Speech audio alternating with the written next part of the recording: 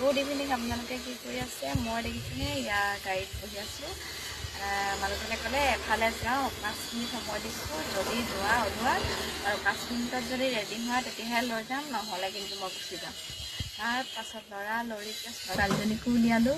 ময়ো ওলালোঁ একদম এতিয়া আহিলোঁ এতিয়া কিবা কামত নামি গৈছে গাড়ীৰ পৰা দেখুৱাম দেই আমি ক'লৈ আহিছোঁ আমগুৰি আহি পালোহি আপোনালোকক কৈছিলোঁ যে দেখুৱাম বুলি ভিডিঅ' কৰিবলৈ সময় নোলালে